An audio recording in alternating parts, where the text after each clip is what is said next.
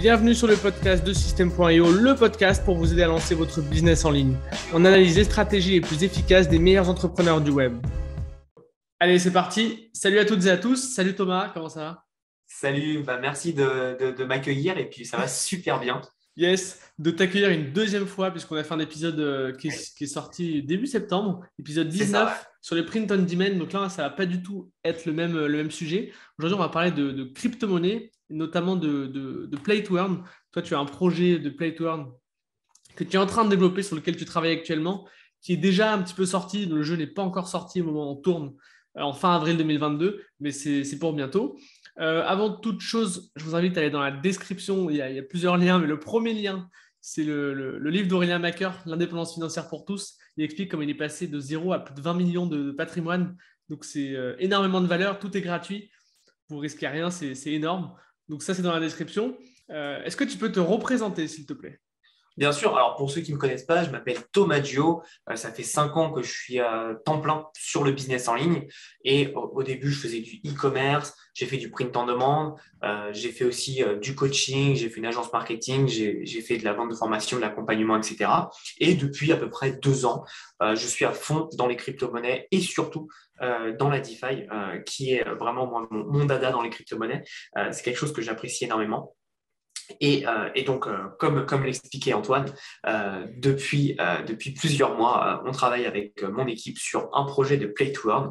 Pour ceux qui ne savent pas ce que c'est un Play to Earn, c'est tout simplement un jeu où tu peux donc jouer et gagner des crypto-monnaies que tu peux après échanger en n'importe quelle crypto-monnaie, en Bitcoin, en Ethereum, même en stablecoin, il n'y a aucun souci. Et donc, le but, c'est qu'en fait, tu es payé pour jouer, tout simplement. Ouais, c'est énorme. C'est une des applications de la blockchain parmi tant d'autres. Et c'est vrai qu'on en entend beaucoup parler en ce moment. Déjà, j'ai envie de savoir, comment toi, tu passes du business en ligne à créer un play to earn? Donc, tu disais que tu étais quand même en off, tu me dis que tu étais passionné de crypto depuis un moment et que Ouais. tu te butais en fait là-dessus. Mais Ouais. comment tu passes de formation en ligne en marketing, de faire du marketing en ligne brut, pur, à faire un play to earn? C'est quand même. Voilà, je te laisse répondre. Pas de souci. Et donc, je vais tout expliquer. Donc, l'histoire de Heroes of Arcane, donc le Play to Earn sur lequel on travaille, elle est très intéressante puisque, en fait, moi, j'ai toujours été un énorme joueur. Et je pense que pour les personnes qui connaissent l'univers de World of Warcraft, de Blizzard, de League of Legends, vous allez regarder nos réseaux sociaux, notre site, vous allez direct comprendre les clins d'œil. C'est totalement fait exprès, c'est des hommages, puisque sans ce genre de jeu, je n'en serais pas là aujourd'hui. Donc moi, j'étais un très très gros joueur. Quand je dis gros joueur, c'est je me couchais à 5 heures tous les matins. On était classé, je crois, 5e France avec notre guilde, donc notre clan à l'époque. On était 5e France sur la rapidité pour tomber les boss et tout. Enfin bref, j'étais presque, on va dire, j'étais semi-pro, sauf que je ne gagnais pas d'argent. Mais vous voyez le niveau, quoi. On était à un niveau quand même assez élevé. Et c'était un plaisir, c'était un kiff de jouer avec ses potes et tout, j'adorais. Et en fait, j'ai arrêté de jouer. Pourquoi? Parce que j'ai eu des business. Et en fait, mes business sont devenus le jeu vidéo. Sauf que les points que tu gagnes dans le business, c'est du vrai argent. Donc, c'est quand même plus sympa. Et en fait, je crois que c'était début 2021, on va dire fin janvier 2021, je découvre les NFT, l'application, l'usage, à quoi ça sert. Et là, directement en tête, j'ai quelque chose qui est, ça serait génial de faire un jeu de cartes dans un univers heroic fantasy, un peu à la Hearthstone, pour ceux qui connaissent, c'est le jeu de cartes de Blizzard. Et là, je commence à mettre sur papier tout ce que j'ai en tête. Je vais me coucher. Le lendemain, j'essaye de chercher un peu s'il y a des jeux qui existent comme ça. Et en fait, tout ce que je viens de vous décrire, c'est un jeu qui existait déjà, qui s'appelle Splinterland. Et j'ai fait, mince, bon, ça existe déjà. Donc, je vais mettre cette idée de côté et je vais continuer en fait à me former sur la DeFi, sur les crypto-monnaies pour apprendre plus, pour comprendre mieux comment ça marche, tout cet univers. Mais voilà, l'idée était déjà là, donc fin janvier 2021.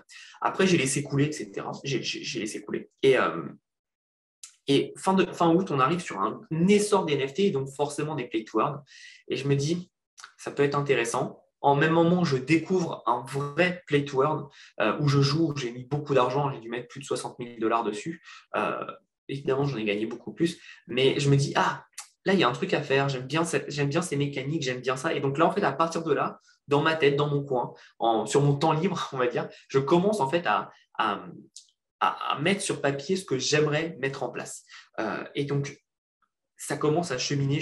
Et fin octobre 2021, si je ne me trompe pas, je suis plein temps dessus. Donc, je mets mon business de côté, je mets mes équipes dessus. Je travaille encore, mais on va dire vraiment épisodiquement, et je commence à me focus uniquement sur ce jeu, donc qui s'appelle Heroes of Arcane, et je vais le présenter un peu plus tard après. Mais en gros, j'ai essayé de prendre tout ce qui existait, toutes mes connaissances en gaming, en crypto, d'en faire un mix et de faire en fait le projet le plus complet possible. Et aujourd'hui, on a beaucoup de personnes, d'investisseurs vraiment très chevronnés, qui viennent voir notre jeu et qui nous disent j'ai jamais vu un projet aussi complet que ça. Et je suis content parce que c'est comme ça qu'on l'a pensé. On l'a pensé pour qu'il soit vraiment ultra complet et qu'il arrive à toucher les différentes catégories de personnes. J'en parlerai après aussi, évidemment. Ok, c'est très clair. C'est-à-dire que quand on a fait notre premier épisode, tu étais déjà en train de te buter sur la crypto. Tu n'en as pas du tout parlé pendant l'épisode. Oui. Mais ouais, en fait, un peu plus d'un mois après sa sortie, donc tu étais à plein temps sur ce projet. Donc c'est vrai, donc ça fait un moment que tu travailles dessus. C'est ça. Ok. En fait, il y a vas-y, un je t'en mois, prie. quand on a fait notre interview, donc je crois que c'était début septembre, Ouais. je bossais déjà dessus, pas à plein temps, mais je commençais déjà à noter mes petites idées. Et la crypto, ouais, ça fait depuis fin, ouais, je dirais quand je suis arrivé aux États-Unis, fin 2020, que j'ai commencé à y être sérieusement. Donc quand je dis sérieusement, c'est plus de 3-4 heures par jour minimum. Ok. Et donc, entre-temps, avec mes investissements, j'ai fait un x10 sur ma crypto, donc c'est cool. Mais j'ai appris, j'ai travaillé, j'ai vraiment mis des choses en place. Et donc, ça, c'est vraiment, vraiment top. Juste avant de passer sur la suite, tu peux expliquer un petit peu dans quoi tu as investi, comment tu Ouais, bien as sûr. un petit peu le process que tu as utilisé pour faire du x10, parce que c'est quand même énorme.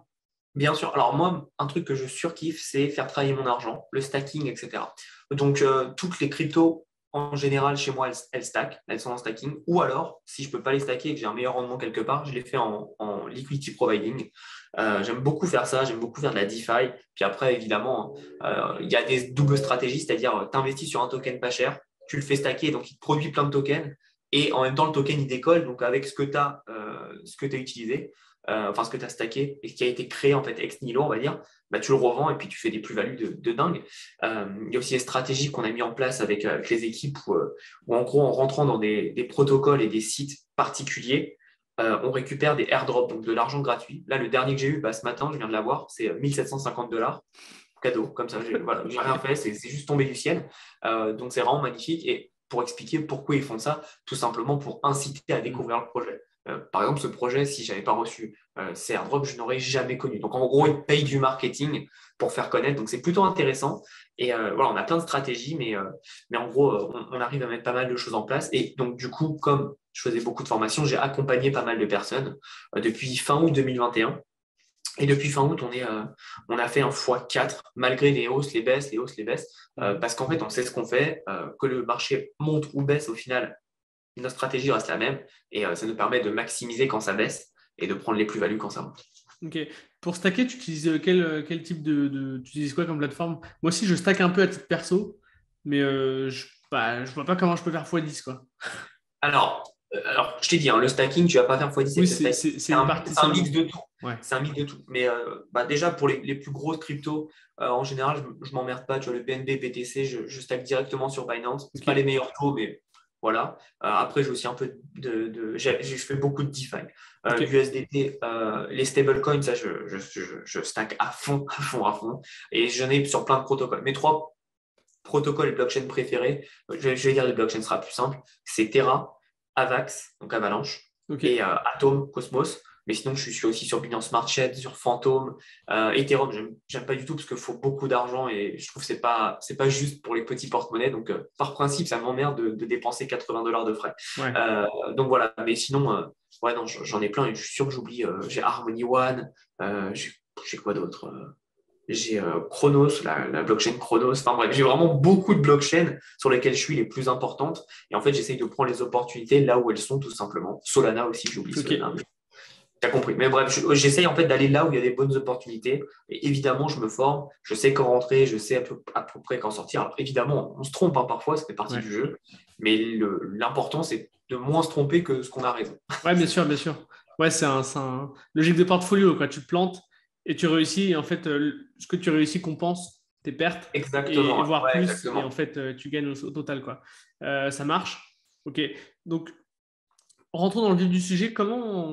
Très concrètement, comment on crée un projet Play to Earn? C'est quoi les premières choses que tu as faites Tu vois, j'imagine que tu as peut-être pris des notes sur ton projet. Ensuite, tu en as peut-être parlé à des gens que tu connais, que tu as recrutés. Comment ça se passe et comment tu en arrives à faire ce que tu arrives à faire aujourd'hui, qui est presque un produit fini. Et au moment où vous écoutez ça, peut-être que le produit sera déjà fini. Bien sûr. C'est une très bonne question. Et en fait, l'idée là-dessus, c'est au début, j'ai pris des notes sur qu'est-ce que j'aimerais dans mon jeu, quelles sont les mécaniques, quel gameplay, quel univers. Bref, j'ai tout noté pour que ce soit en fait un peu un journal intime de ce que voulait être le jeu. Et évidemment, faire des devoirs. Moi, j'appelle ça faire ses devoirs, c'est aller regarder la concurrence. Qu'est-ce qui se passe? Comment ils font? Quelles sont les mécaniques? Qu'est-ce qu'ils n'ont pas et que ça pourrait être intéressant de mettre? Bref, donc j'ai beaucoup travaillé. J'ai eu un gros travail de veille. Et en fait, à chaque fois, à part deux, trois projets, à chaque fois, c'est la même soupe, quoi. Il n'y a rien d'intéressant, il n'y a rien qui sort du lot. Et, euh, et donc, je suis allé chercher du côté du gaming principalement. Vraiment, beaucoup Ok. de gameplay sont du côté du gaming pur. Et en fait, ça me permet d'avoir des idées qui sont un peu fraîches et novatrices dans cet univers de Play to Earn. Alors qu'en fait, dans l'univers du gaming pur, c'est normal, quoi. Donc il y a ça aussi, c'est que j'ai cette historique de gamer. Donc pour moi, tout était un peu logique sur ce qui se passait. Et donc après, on a monté. Au bout d'un mois et demi, j'ai commencé à dire à mes équipes, bon, voilà, j'ai ce projet-là. Est-ce que vous me suivez? Qui me suit? Qui ne me suit pas? Certaines personnes de mon équipe business en ligne m'ont dit, moi, je suis direct. Voilà, je te suis, je te fais confiance. Donc, notamment mon bras droit, qui est aujourd'hui la COO du projet, Ok. qui m'a suivi direct. Et d'autres personnes m'ont suivi, d'autres personnes m'ont dit bah, moi, j'ai pas le temps, je suis désolé en ce moment, je pourrais pas. Ouais. Et donc, on a commencé à bosser à plein temps sur Heroes of Arcane. Donc, à partir de là, on a commencé justement à structurer le projet. Donc, quel est l'objectif qu'on veut accomplir? Quelle blockchain? Quel est le gameplay principal? Où on veut aller, etc., etc. Quel type de design? On a passé de trois types de design. Est-ce qu'on veut du 3D? Est-ce qu'on veut du low poly? Est-ce qu'on veut du un peu cartoon, heroic fantasy, comme c'est le cas qu'on a Ça devient décidé? technique. Bref, ouais, voilà, c'est vraiment un gros travail. Ouais. Et donc après, ce qu'on a fait, c'est qu'on a tout simplement commencé à recruter des équipes. Ok. Et donc, on a recruté notre directeur marketing. Notre advisor est venu se joindre. Donc, notre advisor, c'est quelqu'un qui nous conseille, qui est un ami d'amis, qui est aussi dans le business en ligne, que vous connaissez peut-être, mais qui garde l'anonymat pour le coup, qui est aussi une grosse partie en crypto. Et bref, on commence à créer une grosse équipe. Et là, on a plein de gens, des community managers qui nous rejoignent, des développeurs qui nous rejoignent aussi. Et donc, on se retrouve à une équipe de 40 personnes assez vite. 40 personnes, ah oui, carrément. Ouais, on est 25 Et, à temps, ouais. 25-30 à temps plein, je dirais, et on est 10-15 en partiel, tu sais, c'est les modérateurs, Oui, etc., oui. etc. Et tout Et ça, excuse-moi de te couper, mais toutes ces personnes, comment tu les recrutes? C'est-à-dire que ça commence à parler un petit peu dans le réseau de chacun et des personnes intéressées rejoignent? Ou est-ce que vous avez fait une démarche un petit peu plus proactive, d'aller peut-être chasser des personnes, je ne sais pas, parce que c'est quand même la crypto et les play to earn, c'est quand même relativement nouveau, donc tu as peut-être moins de track record sur les gens. Ou est-ce que c'est pas un sujet, juste il y a des gens motivés qui ont des compétences et du coup vous avez décidé de les faire rejoindre le projet? bah, c'est ça, en fait, c'est un mélange des deux. On a donc cette première partie qui est le réseau. Ok. Ah, tu as besoin de ça, vas-y, je connais quelqu'un, je te le file. Lui, il est d'accord pour travailler ou autre. Et puis derrière, bah, c'est de la démarche sur de la recherche donc de membres d'équipe, sur les sites internet, sur des sites spécialisés. Et donc, du coup, on arrive donc à créer Heroes of Arcane. Donc, on fit le projet, on regarde par rapport au marché, qu'est-ce qu'on peut faire, comment on peut faire, nos objectifs, où on veut aller. Bref, ce qu'on appelle la roadmap, donc le suivi de route, on va dire, mais la vision, en fait, la vision où on veut aller. Et donc, début avril, on a tout simplement commencé le marketing. Et comme on avait tout préparé en amont, ça fait depuis octobre, comme j'explique, on avait tout préparé. On a tout simplement donc, le gameplay qui est fait. Là, on bosse sur les économies du jeu pour tout calibrer. Donc, on prend des consultants externes pour ça. Et on a lancé début avril le marketing, la communication. Et en moins d'un mois, on est passé de 0 à 26 000 abonnés, je crois, sur Twitter. Donc c'est plutôt intéressant. Et évidemment, on a enlevé tous les bots, donc c'est des vraies personnes engagées. Et c'est plutôt cool parce que le projet plaît, l'univers plaît. Le fond du projet, quand les gens analysent, il est vraiment très complet. Et je l'expliquerai juste après, mais c'est vraiment intéressant. Et surtout, c'est super kiffant parce que j'adore enseigner à des gens, faire des formations, etc. Mais j'aime tellement aussi justement créer en fait un univers de A à Z, quoi. On a vraiment créé un univers, on crée des histoires, sur les personnages, d'où ils sortent, d'où ils viennent, pourquoi. Et c'est super intéressant, quoi. C'est vraiment passionnant, surtout quand on est comme moi un ancien gamer. Ouais, tu m'étonnes. Une autre question sur les personnes que tu as recrutées. Donc, vous étiez rapidement plus de 40. Comment vous financez tout ça? En fait, tu utilises la trésorerie de ton business en ligne ou alors vous avez peut-être. Non, vous n'avez pas encore lancé les tokens. Comment vous faites? En partie, oui, c'est la trésorerie de mes business que j'ai. Moi, j'ai trois business avant d'avoir lancé celui-là. Donc, Ouais. c'est de la trésorerie en interne, hein, c'est de l'investissement personnel. Derrière, on a quelques investisseurs qui ont commencé à investir. Forcément, il y a ça aussi. Et surtout, la plupart, on va dire, le cœur de l'équipe sera payé en fait une fois qu'on aura levé des fonds. Donc, D'accord. pour l'instant, on travaille tous gratuitement, tout simplement. Non, ça marche, ok. Non, parce que je me suis dit que, pardon, quarantaine de personnes, plus tous les outils que vous devez utiliser pour développer, ça va faire quand même un gros burn. Et donc, C'est un gros budget, oui. ouais, tu m'étonnes. Ok, ça marche. Donc ça, c'est assez clair pour moi. Si on parle un petit peu plus de la partie marketing, est-ce que, donc, je pense que tu vas me dire oui, mais la question ce serait plutôt en quoi en fait tes business en ligne t'aident aujourd'hui à mener à bien ce projet et notamment à le marketer. Alors, il faut savoir que faire un business en ligne, c'est très très bien parce que tu apprends à faire un produit, à utiliser les bons mots, à trouver le bon produit qui va fitter à la bonne audience, etc.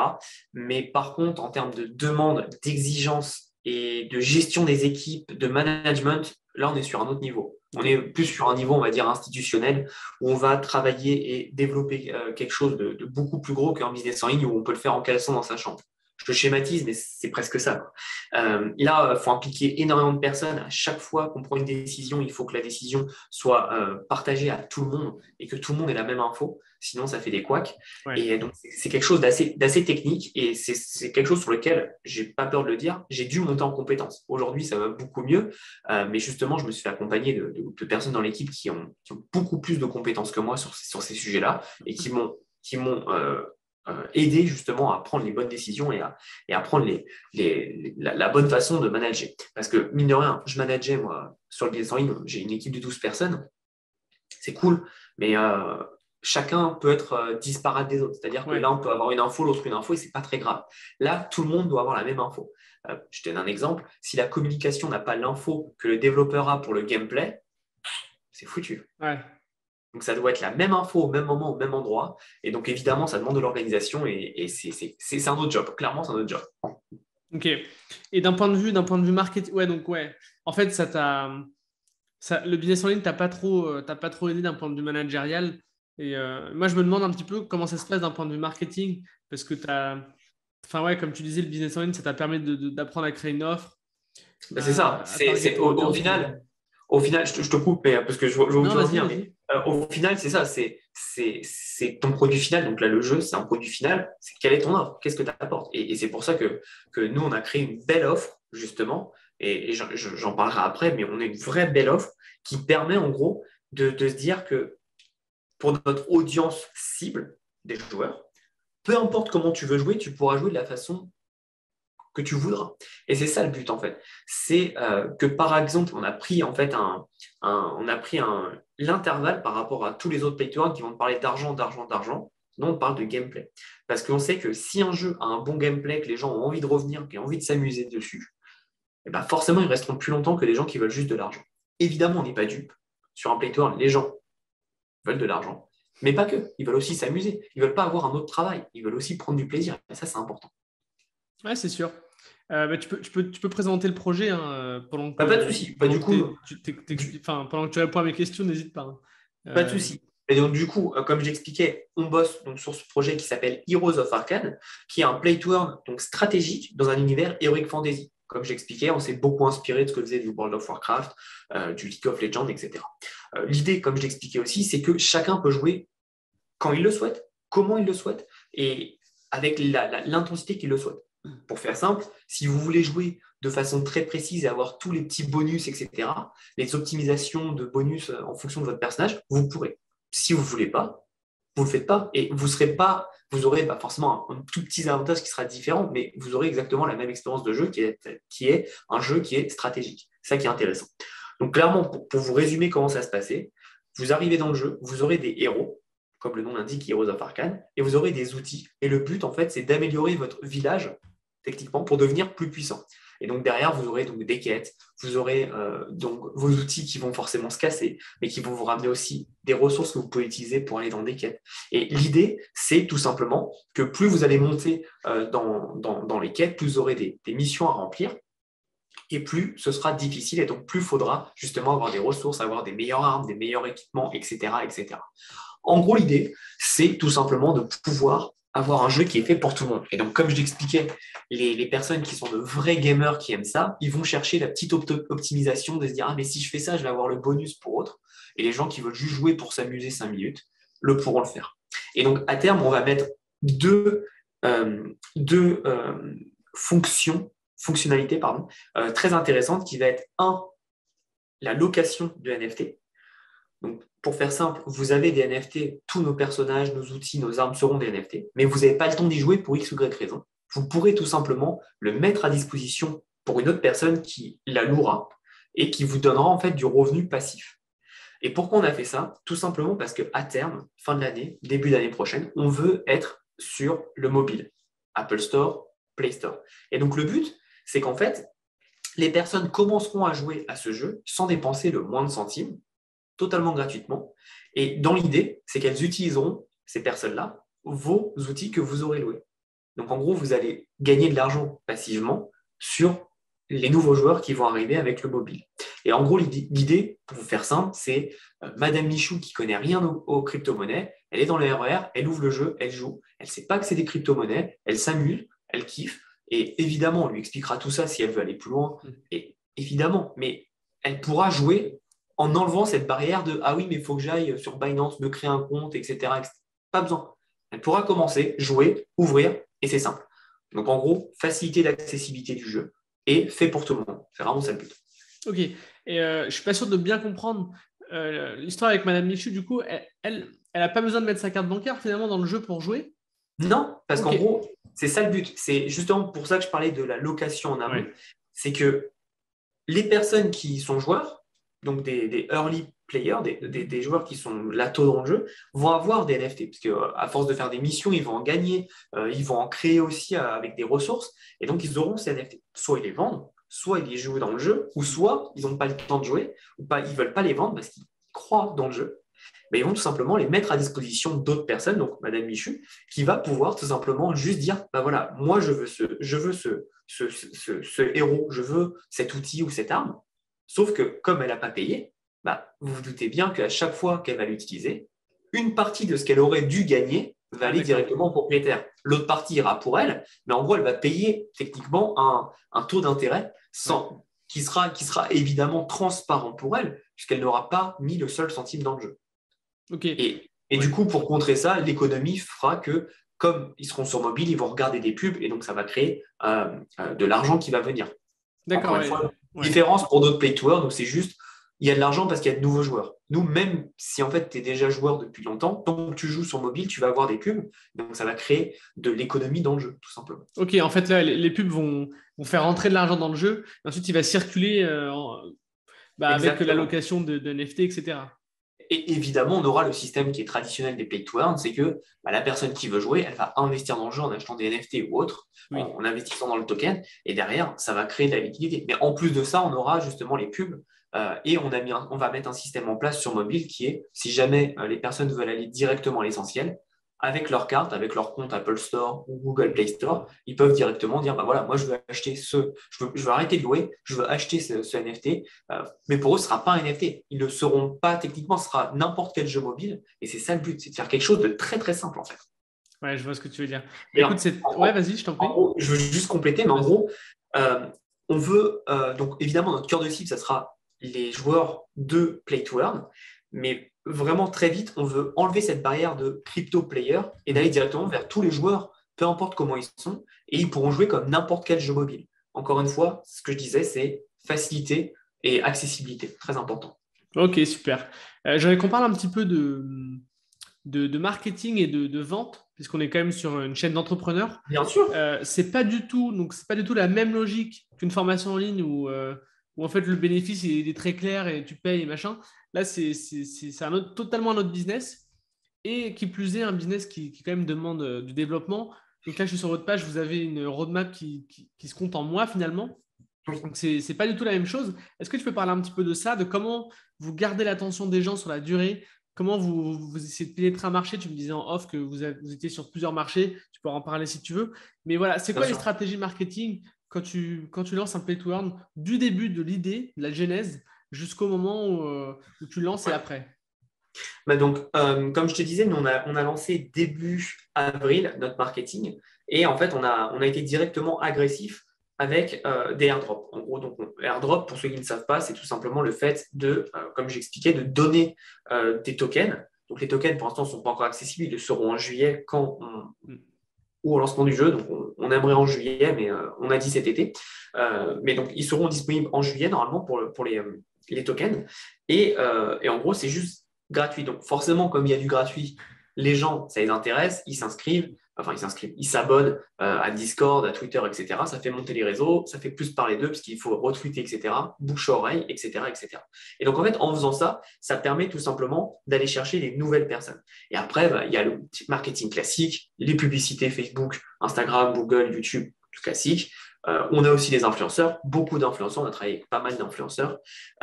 Les PR, c'est press release, donc on allait dans des magazines comme Yahoo Finance, Benzinga, News BTC, on a quoi d'autre? On a bitcoin.com, Ouais. CoinCodex, enfin Plein de bref, des magazines gros d'autorité. trucs. C'est exactement ça, pour faire parler de nous. Donc pour info, vous ne les connaissez pas forcément, mais c'est des sites internet qui brassent à peu près entre 2 à 3 millions de visiteurs par mois Ouais. au minimum, donc c'est des gros engins. Et puis derrière, on fait des partenariats avec d'autres jeux aussi, puisque forcément, on a à peu près la même audience. Et donc, c'est très intéressant d'avoir tout ce genre d'écosystème. Et encore une fois, bah, ouais, on connaît le marketing, on sait où on veut aller. Et on a décidé de ne pas trop faire de marketing sur le marché français, mais beaucoup sur le marché philippin, qui, pour info, représente à peu près 40-45% du marché des play to earn. Puisque vous vous doutez bien, gagner 200 $ chez nous, c'est bof. Gagner 200 $ aux Philippines, tu Ça quittes change ton la vie, job. ouais. Clairement, ouais, clairement. On a été aussi sur le Venezuela. On va attaquer un peu plus l'Amérique latine, mais on a beaucoup sur Philippines, Russie, Turquie. C'est et Ukraine aussi. Alors bizarrement, Ukraine en ce moment marche très très bien. Ok. C'est nos 4 gros pays qui marchent très bien et je crois qu'on est en train d'attaquer, euh, vu l'afflux massif qui arrive sur Discord, je crois qu'on est bien en train de bien attaquer l'Indonésie aussi. Donc voilà. D'accord, ok. Ça marche. Concernant les réseaux sociaux, donc vous en avez plusieurs. Vous avez Discord, tu parlais de Twitter aussi, Instagram. Le but, c'est quoi? C'est d'être un peu partout ou est-ce que vous êtes un petit peu plus focus sur l'un ou l'autre? Ouais, alors on est sur, je vais te faire la liste, hein, mais on est sur Discord, Twitch, Twitter, Instagram, Pinterest, Facebook, Ok. bref, on est partout, Ouais. clairement, sauf TikTok. TikTok, j'ai pas eu le temps de faire des petites danses, mais on est à peu près partout. On se concentre principalement sur Twitter. Dans ces projets comme ça, Ok. c'est Twitter le plus gros. Et pour engager notre communauté sur Discord. D'ailleurs, petite précision, on en a parlé en off avec Antoine, mais Tu nous fais un petit euh, cadeau. j'ai un petit cadeau, voilà. Pour tous ceux qui sont intéressés par le projet et qui aimeraient investir quand on va lancer notre ICO, j'en parlerai juste après pour fermer la parenthèse. On va vous faire un cadeau. C'est tout simplement d'aller sur la Discord. Donc, tu mettras le lien C'est le en deuxième description. lien de la description. Le deuxième. Parfait. Voilà. Vous allez sur le Discord, vous ouvrez un ticket et on prend les 10 premiers qui envoient sur le ticket system.io et on va donner une whitelist. Cette whitelist, à quoi elle va servir? Donc, on va avoir notre ICO qui sera début mai et on aura tout simplement des possibilités pour les whitelists de rentrer sur le round 1. Donc, le round 1, on aura le prix du token qui sera 25 centimes. Le round 2 sera 35 centimes et le round 3 à 50 centimes, sachant que le round 2 et 3 sera ouvert à tout le monde. Vous pourrez aussi investir dessus, évidemment. Mais si vous êtes whitelisté et que vous êtes sur le round 1, en plus d'avoir un token moins cher, vous avez un autre bonus qui est tout simplement que vous aurez un pourcentage de votre investissement qui va être tout simplement airdroppé, donc qui va vous être donné en bonus pour pouvoir jouer au jeu. Donc, ça sera un bonus de ressources qui vous permettra de créer vos premiers outils, vos premiers héros, en fonction de combien vous avez investi. Et donc, soit vous le gardez, vous jouez avec, et tant mieux pour vous, soit si vous ne voulez pas, vous le créez, vous pouvez le revendre, ou alors vous le gardez en attendant qu'on mette en place la location. Bref, vous avez compris, c'est juste un cadeau de bienvenue, c'est un bonus, et c'est seulement et uniquement pour ceux qui investissent sur le Ronin. Bah, c'est top. Fermeture de, Non, mais fermeture de la parenthèse. Voilà, c'était le cadeau. Mais fermeture de la parenthèse. Et donc, du coup, Discord nous permet d'engager. On fait des concours, des quiz. La communauté est dingue parce que dès que je passe en fait sur le chat général, ils veulent savoir comment je vais, où en est le projet, etc. Et moi, je m'amuse en fait. On fait des concours de pierre, feuille, ciseaux. Et en fait, tout le monde essaye de me battre parce que je dois avoir des statistiques de 27 victoires, 4 défaites, quoi, un truc comme ça. Donc, parce que j'adore pierre, feuille, ciseaux aussi. C'est pour ça. Mais donc voilà, on a une vraie ambiance. Et ce qui est bien, c'est que peu importe d'où les gens viennent, il y aura toujours des gens qui seront chauds pour parler. On a des salons évidemment par langue. Donc en fonction de votre langue, vous pouvez venir. Bon, là, je me doute bien que vous serez français, mais la communauté française est géniale. Elle est franchement, on se marre vraiment tous. Et ils savent à peu près où va le projet, tous ensemble. C'est-à-dire qu'il y a des personnes qui débarquent aujourd'hui, qui connaissent rien au projet. Bah, tout le monde va venir, il va lui dire, bah, tu vois, le projet va faire ça, ça, ça, ça, ça. Et en gros, ils font un peu ils créent la communauté en même temps que nous. Et ça, c'est un plaisir, vraiment pour nous. Ok, ça marche. Euh, Si on revient un petit peu sur le projet en tant que tel, moi j'ai toujours cette question entre les tokens, les NFT. En fait, il y a pas mal de choses qui sont monétisables, qui sont adossées de près ou de loin au projet. Tu vois, par exemple, le NFT va te servir directement à jouer. Le token, peut-être que ça va être une monnaie d'échange ou peut-être que c'est ou peut-être pas. Comment tu navigues avec tous ces éléments en fait qui ont une valeur? En fait, l'idée, c'est aujourd'hui, un jeu, qu'est-ce que c'est? Il y a un studio qui fait un jeu. Et il y a le joueur qui donne de l'argent au studio et c'est tout. Nous, en fait, ça va être différent. C'est-à-dire qu'il va y avoir un studio, donc nous, qui a un jeu, qui va le mettre en libre accès, mais si les personnes veulent des NFT, elles vont les utiliser, donc les acheter, mais elles pourront les revendre. Donc, en fait, l'argent sera circulaire et en fait, tout le monde y gagne. Et c'est ça qui est intéressant, c'est qu'en gros, on coupe les intermédiaires en faisant ça. Donc, c'est clairement ça le but. Et en gros, le challenge, c'est d'avoir chaque élément concret, les NFT, le token, comme tu disais, et une utilité.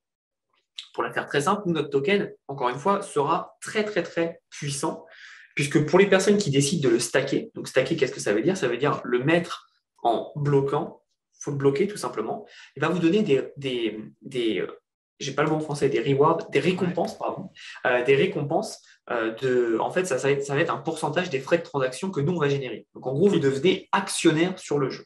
Mais, ce qui est intéressant, c'est que nous, on a ajouté plein de bonus dessus. Donc, si vous faites ça, vous aurez, par exemple, des NFT à moindre prix, des NFT spécifiques que seuls les gens qui stackent auront.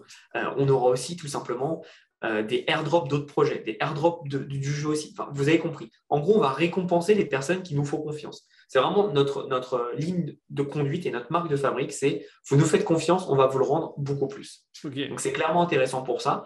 Et c'est sur ces systèmes-là qu'on a réussi à taper dans l'œil d'entreprises comme The Sandbox. Là, on est en passe de rentrer dans un consortium où on a des gars de chez The Sandbox, qui est le plus gros jeu métaverse actuellement. On a des gars de Axie Infinity, d'Illuvium, on a des vice-présidents d'Ubisoft, on a des gars de MetaMask. Enfin bref, je ne vais pas faire toute la liste, vous avez compris. C'est un énorme consortium. Et en fait, on était en contact avec The Sandbox, qui nous ont demandé un peu plus d'infos sur le jeu, qui ont regardé, qui ont vraiment kiffé. Et donc, trop content parce que ça montre que le projet est vraiment solide. Et si on a des acteurs comme ça qui nous valident, alors ils ne le feront pas publiquement, je ne pense pas, parce qu'ils ont autre chose à faire, mais s'ils nous valident, c'est quand même très intéressant. C'est bon pour la confiance, au moins. Clairement. Et surtout, c'est bon pour le projet, la confiance, le déroulement du projet et surtout la communauté, quoi. Ouais, tu m'étonnes. Tu m'étonnes. Ça marche. Concernant le business model, comment vous faites est-ce que vous prenez des commissions un petit peu sur toutes les transactions qui se font dans le jeu comment ça se passe? Là-dessus, on est sur quelque chose d'assez classique, c'est-à-dire qu'on prend des commissions sur les dépôts et les retraits. Alors, rien d'excessif. Hein. Clairement, nous, le but, c'est que le joueur joue et s'amuse avant tout et ne se sente pas lésé. Donc, on va prendre des petites commissions, évidemment, parce qu'il faut faire fonctionner les serveurs, il faut payer les développeurs, les équipes, etc. Et sur chaque NFT qui est vendu, donc par exemple, toi, tu as un NFT, tu le vends à Jean-Paul, nous, on prendra un petit pourcentage. Ok, ouais. Ce qui est classique sur les NFT. Hein. Ouais, Sauf que nous, sûr. en général, c'est 10% que les entreprises prennent, donc on sera beaucoup moins. Okay. Je pense qu'on sera même 2 fois moins. À vérifier, il n'y a rien de fixé encore, mais on est dans ces eaux-là. On ne sera pas quelque chose de déconnant. Donc, ça reste intéressant et donc c'est comme ça qu'on va faire en fait. Plus il y a d'échanges, plus en fait, ça va circuler de partout. C'est ça le but. Ouais, je comprends. Ouais, non, mais c'était pour avoir un petit peu une idée de comment vous gagnez de l'argent sur un tel projet, mais Bien sûr. Écoute, ça marche. Une de mes dernières questions, c'est est-ce que, donc là, c'est que ça fait quand même un petit moment que tu es, sur ce projet, est-ce que tu as eu un plantage? Est-ce que tu as eu un échec? Ah, très bonne question. Alors oui, on a eu des échecs avant de lancer la communication. On avait commencé avec des équipes, ça n'a pas fité, parce que voilà, dans n'importe quel business, hein, il y a beaucoup de gens qui parlent, mais après au moment de délivrer, c'est un peu plus compliqué. Donc ouais, ça nous est arrivé, ça nous est complètement arrivé. On a eu des plantages. Moi, ça m'est arrivé où au début, je partais dans une direction et en fait, je me dis, ah non, non, ça ne va pas. Et mine de rien, on perd du temps, on perd de l'énergie sur un truc qui n'est pas bon. Donc évidemment, on rectifie. Aujourd'hui, vous en faites pas, tout est rectifié.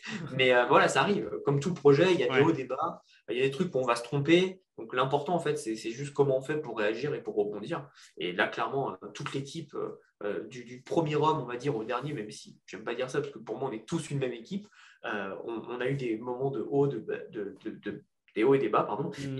Et puis voilà, on a tous rebondi, clairement, et ça arrive. Mais il y a plein de petits, il y a des bugs, par exemple, la page Internet, parfois, avant qu'elle soit en ligne, elle a sauté, fallait la refaire, etc. Bref, c'est des trucs qui aujourd'hui sont réglés, mais qui, quand ils sont arrivés, bah oui, c'est des échecs, on va dire, en soi, mais pour moi, l'échec, c'est juste une leçon d'apprentissage, quoi. Ouais. Non, mais il n'y a pas eu de choses trop graves. Par exemple, Non, vous avez supprimé un truc hyper important. non, parce que justement, on est consciencieux, on a des backups de backups de Ok. backups. Non, on ne fait pas ce genre de choses-là. Je pense que C'est je c'est pense qu'on peut-être s'en naïf de fout. ma part, hein. Mais non, non, non, on n'a pas eu ce genre de. Voilà, pour moi, on a eu des problèmes et des difficultés que tout projet Oui, ont, que ce qui sont normales. qui sont normaux, des problèmes d'équipe, des problèmes de site, des problèmes de ci, de ça, mais rien de Oui, bien oui. grave. Mais voilà, après, moi, quand j'ai lancé le projet, j'ai dit à ma communauté, je vais faire des erreurs, on sait qu'on va en faire, c'est sûr. Et voilà, l'important, c'est comment on va réagir par rapport à ça, quoi, clairement. Ouais, c'est sûr. Euh, c'est quoi la vision à moyen terme, je dirais à 5 ans, parce que c'est du long terme, peu importe. La vision, voilà, sur quelques années avec ce projet. Ouais, très long terme. En crypto, 5 ans, c'est long terme. La vision qu'on a, en fait, c'est ce que je te disais en off, c'est qu'on est actuellement donc, en train de créer en fait tout un univers. C'est-à-dire que moi, c'est ça qui me passionne le plus dans ce projet, c'est créer un univers. C'est-à-dire on crée Mhm. une planète, on crée une histoire, on crée des alliances, des guerres, etc. Et l'idée, évidemment, notre priorité, c'est tout simplement de se focus sur Heroes of Arcane, mais l'idée à terme, c'est de faire évoluer cet univers avec d'autres projets qui arriveront et qui permettront de développer tout ça, peut-être d'autres façons de travailler. Le but, évidemment, c'est que notre priorité, c'est Heroes of Arcane, mais si Heroes of Arcane commence à bien tourner, qu'on commence à ajouter pas mal de choses en plus, bah, ça peut être vraiment très pertinent. Mais clairement, ouais, c'est une belle vision qu'on a, c'est de créer un vrai écosystème. Et encore une fois, ce qui est intéressant, c'est qu'on ne va pas se cantonner uniquement aux joueurs qui connaissent la crypto, on va se cantonner à tous les joueurs en étant présents sur mobile.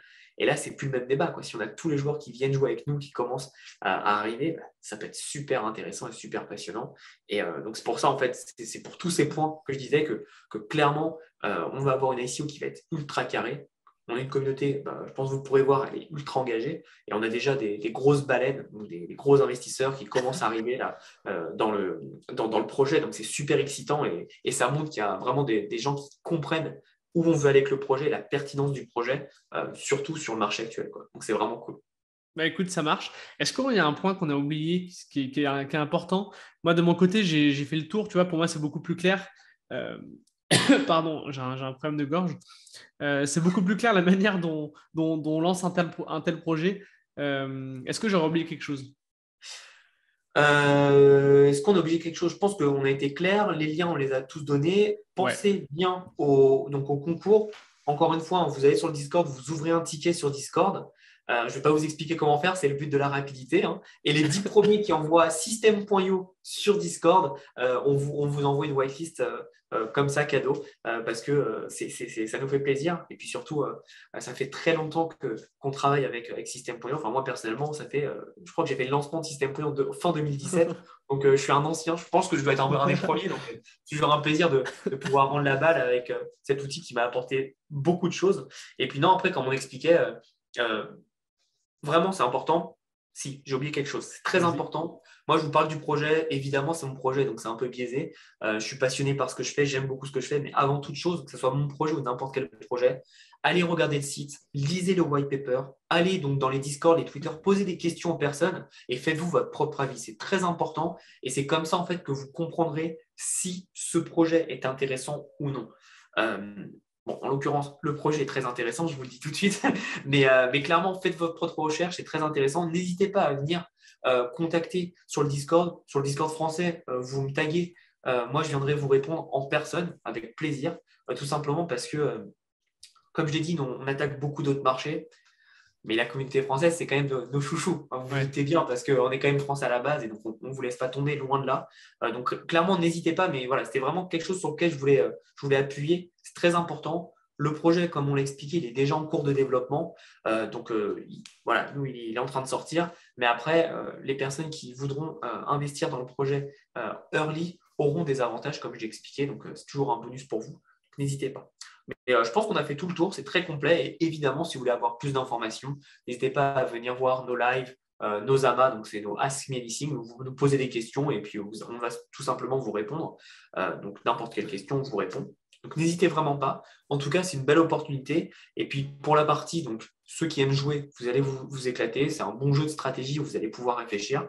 Et pour ceux qui veulent tout simplement gagner de l'argent, pareil, on est sur un jeu Play to Earn où vous pouvez jouer, vous amuser et en même temps gagner de l'argent.